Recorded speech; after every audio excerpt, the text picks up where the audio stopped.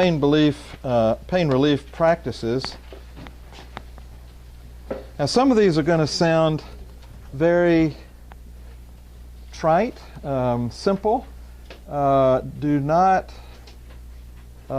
judge them until you've tried them. Some of the most simple ones have proven to be some of the most powerful ones for my clients, and I never know how to tell which one's going to be which. So the first one is language changes, just merely the language that you use to talk to yourself and other people about your experience. What we've learned is that your mind-body system pays attention to every word you say. If you say, boy, that person is a real pain in the neck. Well, oh, okay, we could do that. You know? You're teaching your mind-body system how to respond to what you're saying or what you're thinking. This person drives me crazy. Well, be careful with that one, because they really can if you allow them that sort of opportunity. So if you stop calling it pain and calling it something else. Discomfort is one that a lot of my clients have chosen. I don't have pain anymore, I have this discomfort. Can you see how pain is up here and discomfort's down here? Right away you're teaching yourself to lower that sensitivity in your response to it. Disassociation. This is a process where most of us, when we think of ourselves, we say, I'm right here, I'm in my body. But what if I decided, well, part of me is going to go over and sit in that chair and look back at me? I would be disassociated. You can do a double disassociation. You can imagine that you're in a movie theater watching yourself on the screen. Now you're out of your body, you're just watching yourself. Now imagine that you're up in the projection booth watching yourself in the theater, watching yourself on the screen. Now you're double dissociated. Each one of those reduces emotional impact and also experience of suffering. So just getting out of your body. I have a lot of clients that go into operations and I say, just pretend like you say, okay, while they're operating on my body, I'm just going to be standing over in the corner and let them go ahead, do what they need to do. And when they're through, then I'll move back in again. And you want to be sure to move back in again. That's very important that you don't stay out. There are, in fact, psychological conditions where people move out and don't move back in again, and they remain disassociated.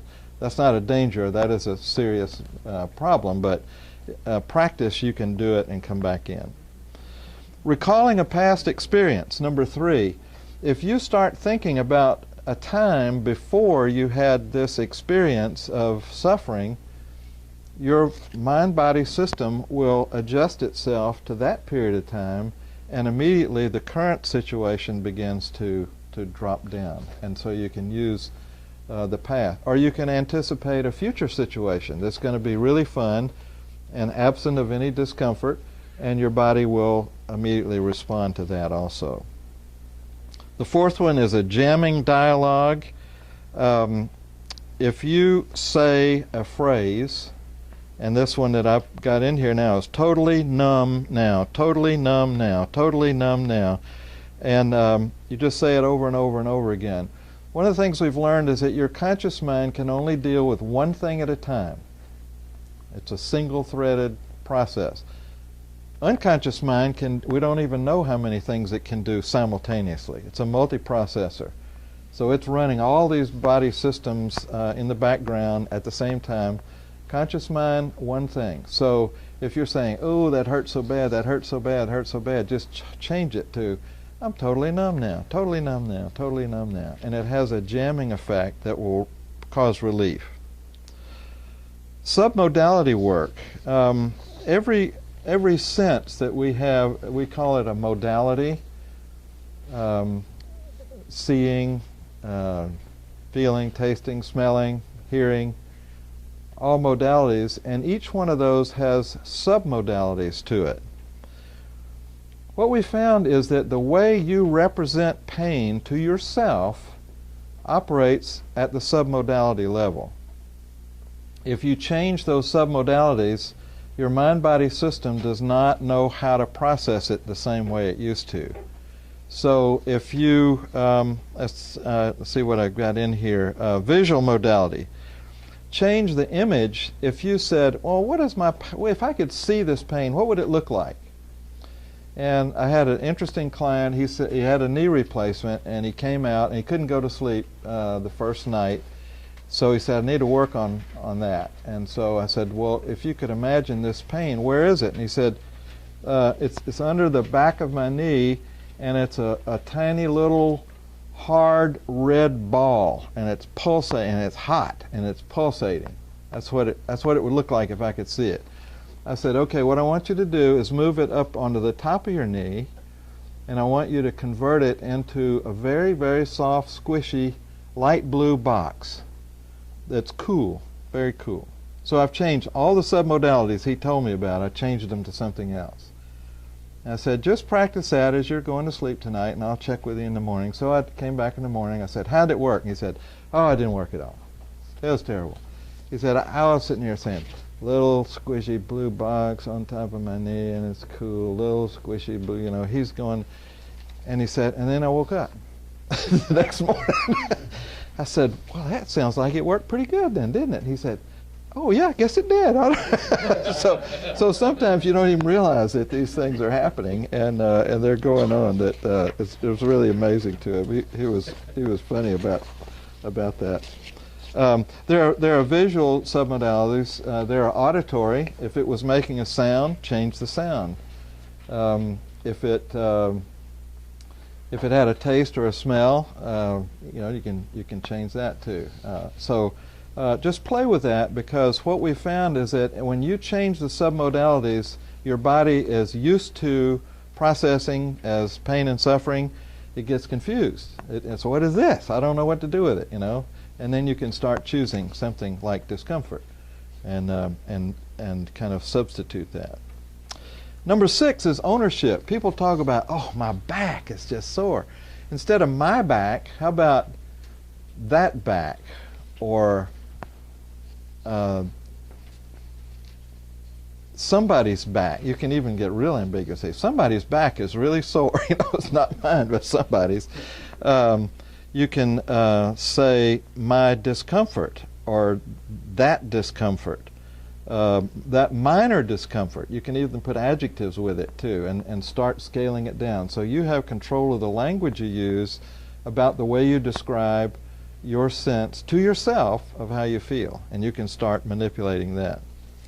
Number 7, one of the most creative ones I've ever seen, is called reduction by location halving. So someone comes in and says, I just have a horrible headache. I say, really, is it on the left side of your head or the right side? And you go, oh, it's on the right side of my head. Okay, is it upper part of your head or the lower part? Oh, it's the upper part. You know, is it more toward the front or more toward the back? Oh, it's more toward the front. Well, we've now halved it and halved it and halved it, and now it's, and so then what you want to do is do the same thing to that little piece. Well, is it in the left side of the right side or the right side of the right side? You know, is it in the top of the top or the bottom of the top? Is it in the front of the front or the back of the front? And you keep getting it down. And what happens with a lot of clients is it gets so small they can't find it anymore. And surprising to them, they also don't have the discomfort anymore. So it's just that you just keep chopping it in half. And sometimes you can retain where it is, but it's in such a tiny space that it just is not as uncomfortable as it was before. Starting at the bottom, some mindful meditation practices, progressive relaxation and deep breathing. Very, very powerful things that you can do. Progressive relaxation is when you say, my toes are relaxing, my feet are relaxing, my heels relaxing, my ankles relaxing. My wife does this, and she's never gotten past her knee, I don't believe, before she's gone. And so you just very gradually, naming each part of your body, you just relax yourself all the way. And most people, if you have trouble sleeping, this has been tremendously powerful. Usually you don't get all the way. Now, in hypnosis, just to give you a little clue, I use that in the induction phase of the hypnosis. And after we get all the way up to the top of their head, I do the hypnosis session that we're going to do and say, now let's go back, and what we want to do is take that relaxation and have it collect all the stuff that doesn't belong in your mind-body system anymore. Any discomfort, any pain, any suffering, any negative beliefs, any negative attitudes, any negative thoughts that you have, just get sucked into this kind of a cloud, and we're going to have this cloud just move right back down your body, through your head, shoulders, chest, back, stomach, and hips, and go on down to the knees, and then out through your toes, boom, like that. And it's like a mind-body system cleanse, you could call it, that just pulls all the junk out. And we store junk all the time that doesn't belong in our system, and we just hold it, so that's a way to get rid of it. Mind-body dialogue, this is one of the things that was amazing to me. I had clients start saying, if my immune system in my body knows how to heal itself, why did I have to come to you to get it to do that? And I said, I don't know. Next time when you're in a nice deep hypnotic trance state, I will ask you, and your unconscious mind, if it wants to, will tell me why that happened. Started getting back a very consistent answer, and the answer was, because you didn't ask me. I thought, wow, boy, if the doctors find out about this, we're going to really have some powerful healing going on.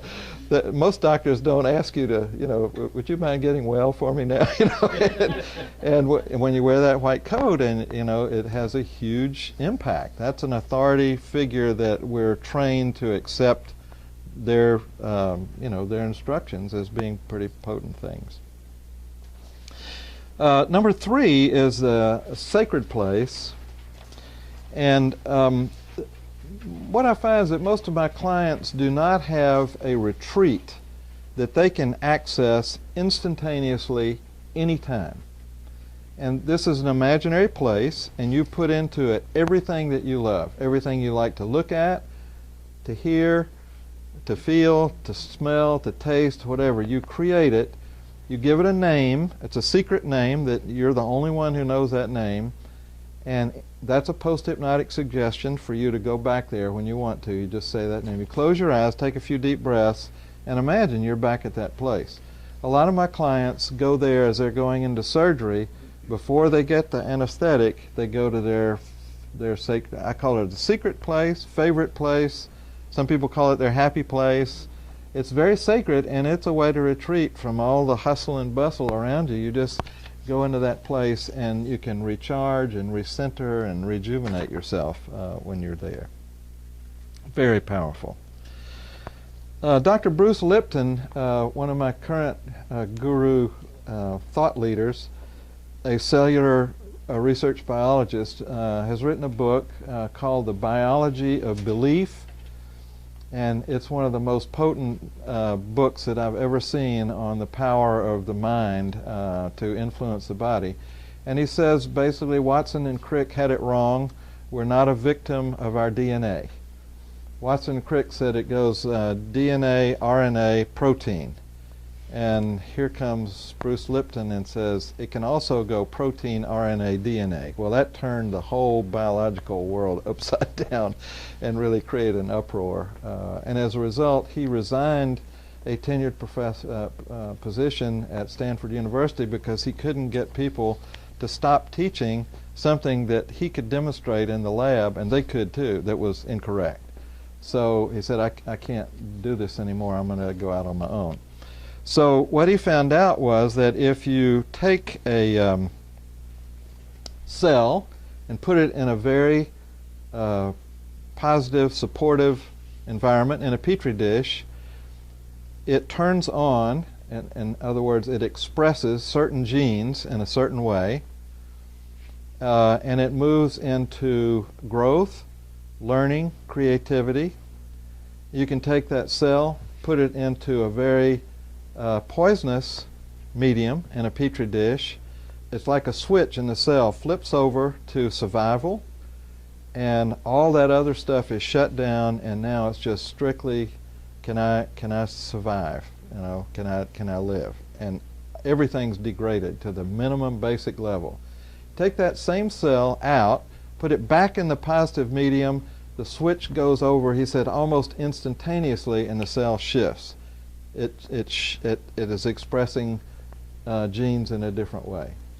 So he says, so if we think about the medium that a cell lives in, and we're concerned about the cells in our body, what's the medium they live in? Well, they're surrounded by blood. Blood is the medium of the cells in our body. And he said, how would we do something with our mind to create a better medium for these cells to live in? And basically what they're coming down to, it is gratitude and appreciation. So if you will wake up in the morning and think of 3 or 4 things that you have to be thankful for, to be grateful for, and just before you go to sleep at night, think of 3 or 4 more things that you have to be thankful and grateful for.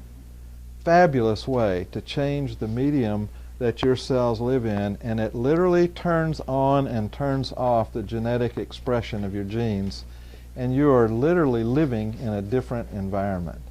And it's one of the most healthy ones that we can create.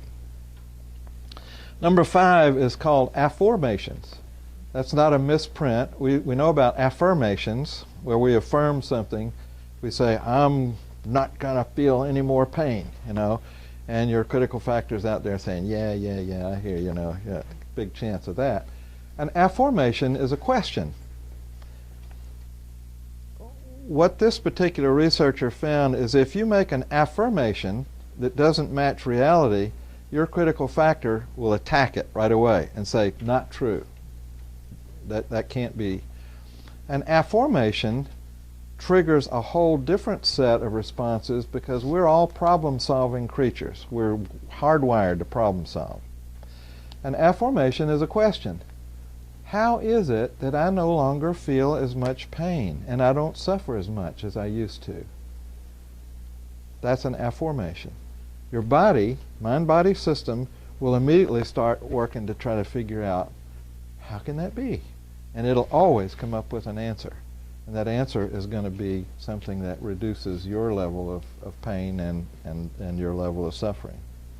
So it's asking a question. The mind-body wash I already talked about. As you do the progressive relaxation, imagine that it's a liquid or a cloud or whatever you might want to use as your imagery, and let it wash up, collect all the junk in your body, and then wash right back down out of your toes, and it's gone. 7 is something I developed more recently, and still working with that to determine maybe how effective it is. Imagine that the Queen of England were to have her staff notify some little town in England that she was going to be coming to spend the day there in about 3 months. Imagine what would happen in that town. My understanding is that they would start painting the trees and the sidewalks and everything. I mean, it would be the cleanest and the spiffiest as they know how to make it. And the Queen would not go to do anything, to fix anything, to repair anything. She goes to give her royal presence to that spot. And she might, do the royal wave a little bit. That would be okay. She could smile and nod a little bit like that. But that's it. No speeches, no policy announcements or anything like that. The town explodes with this excitement and this feeling of honor that the Queen is coming to our place. So the mindful meditation of the Queen, or the Emperor if you're a guy, is that you announce to the part of your body that you perceive as where the source of your discomfort is, that you're going to be visiting there, and you're going to be spending 15 minutes there every day. And you do that. All you do is just close your eyes and imagine going to your knee or your hip or your lung or whatever it might be, and just imagine what it would be like to just be there and allow that part of your body to respond to your presence. Amazing what's happened with some of the clients that have been using this. And they say, how can it? Well, I didn't do anything. I said, oh, yes, you did. You went there. And that is a huge honor to that part of your body. There's also a mantra that you can use. That is a sound, usually meaningless, but it can be something like peace or ocean or love or something. And it's a jamming technique, sort of a variation on the jamming technique, where you just say that over and over and over again. And it doesn't allow anything else into your conscious mind. It essentially blocks that. Now, there are other things beyond these, and there's emotional freedom tapping, EFT, one of the most powerful things that you can do if there's an emotional component to your pain. And we have an upcoming expert, and Dr. Bob is going to specialize in EFT. And so I just want you to get a flavor for, there are just lots of things that you can engage in that will allow you to become engaged in your own health. It's like our poor immune systems, evolutionary bodies, working as hard as they can, and we've thrown insecticides and pesticides and herbicides and hormones and antibiotics and cell phone towers and microwave relays and all this kind of stuff. And I'm sure in 3 or 4 million years they'll figure out how to get through all that with health, but that'll be a little too late for us. So what you can do by getting engaged in your own health is kind of give it a 2013.1 update to your whole immune system. And a word that I just learned that's very fascinating to me is called upregulating your immune system. Your immune system works, at some level, best it knows how, and you can temporarily upregulate it to get through a crisis, and then it goes back to its normal state. Discovered that the immune system can be depressed with stress and overwork and lack of sleep, things like that. Well, that means it's an open system. It's open to influence. So that means you can also boost it up and give it a little supercharge to help you get through a crisis that you may have.